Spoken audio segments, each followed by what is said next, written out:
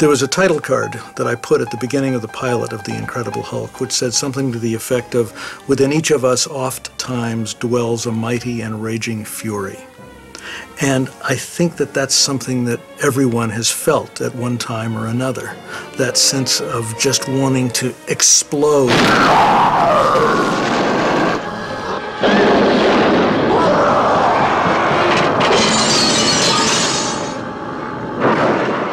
There's a visceral connection that people have to that feeling of anger. I think that's part of the original thing that people connected to. What I was anxious to do, though, was to connect people with the humanity of the leading character. When Universal first came to me with the idea of doing one of the Marvel Comics superheroes, Frank Price called me and said, "We've just acquired the rights to 5 of them. Which one would you like to do?" And I said, "Gee, none of them, Frank. I just don't connect to people in spandex and primary colors." And my wife, Susie, had given me a book, and I was in the middle of reading it. And this is Victor Hugo's Les Miserables.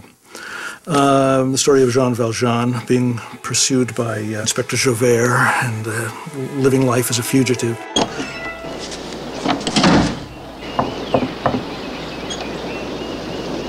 I'm Jack McGee from the National Register. I'm checking some stories that a huge hulking creature was seen in this area. So I had all of that sort of Victor Hugo story in my head, and I realized, well, there was a way to take a little bit of Victor Hugo, a little bit of Robert Louis Stevenson, and this ludicrous thing called The Incredible Hulk, and turn it into a serious psychological adult drama. I wanted it to not be comic booky in any way. One of the first things I did was change David Banner's name from Bruce Banner. Why? Because the Bruce Banner thing is like Lois Lane, Peter Parker. It's all alliterative. It all harkens back to comic book roots. And I was trying to do everything I could to get the show away from comic book roots and that kind of feeling. The show had to live in the real world. I fought endlessly and unfortunately lost the battle about the color of the Hulk. I called Stan Lee, who was a wonderful guy, and I said, "Stan, what is he, the envious Hulk? Why is he green? Is he the jealous Hulk? I said, when people are angry, they get red with rage, the color of rage is red. He would be flushed with anger. And also, P.S., of course, it's a human color. Green is not. So I was anxious to try to pull it that way. And Stan said, well, why we made him green was because he started out gray, but the printer couldn't make a good gray, and they thought he could make a pretty consistent green, so they said, we can make green, and I said, okay. And I said, gee, Stan, that's really organic, And I couldn't win that battle, so the Hulk unfortunately had to remain green. There was no green makeup available, and we finally found some in Germany, and it was grease paint as opposed to the pancake makeup that people use most generally in film and television. The difference is that grease paint is waterproof, which is nice if you happen to be in the water, but it also is grease, and it comes off on everything. I have sweatshirts upstairs that still have smudges of green where I bumped into Lou Ferrigno, 30 years ago, and everybody on the crew, I guarantee you, has clothes that are like that.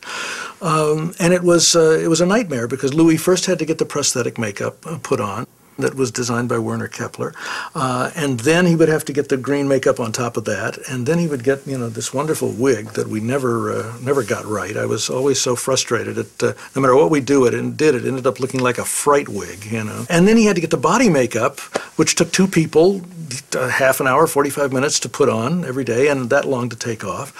And he had to be cleaned up between each take, and it came off in his dressing room. His whole inside of his motorhome was completely covered in plastic because we had to be able to hose it down every night and start over the next day. But from the standpoint of the actors, doing the Hulk was great. Bix was there, was prepared. There was never any of that "I'll be in my trailer" nonsense. And Louis it was his first gig, so he was anxious to be there and really do the best he possibly could. Bix and Lou were not on the set together a whole lot of the time because generally they would overlap. Bix would come on into a scene in the morning and take it to the point where he would reach a Hulk out, and then Louis would take over, and Bix, of course, could go home because we didn't need him for the rest of the day.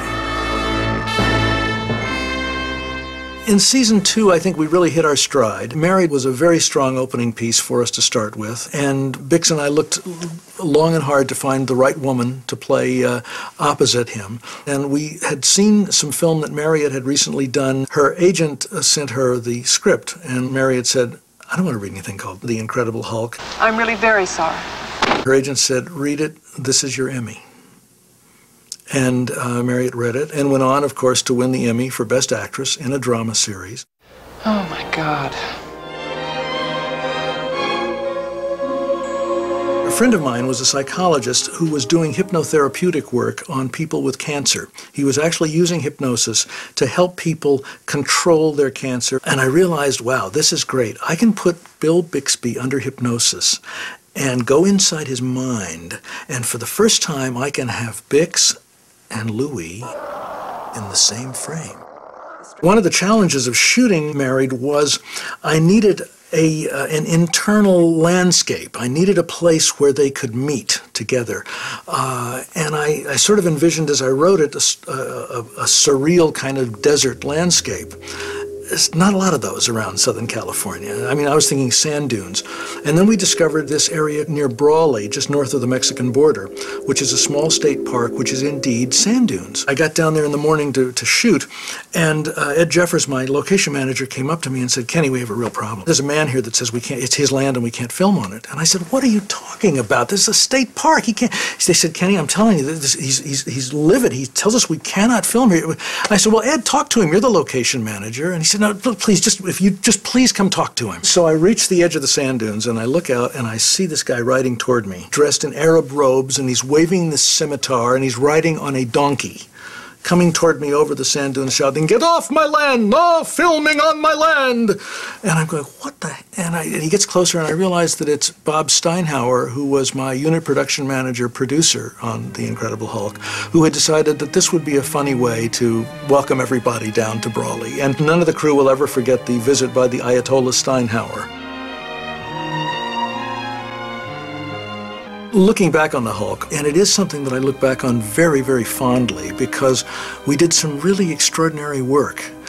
It's very hard to do an episodic television series and have every single episode be as good as it possibly can be and as good as all the others. Certainly you have some that are just not as good no matter how hard you work. But for the most part, our batting average was really good.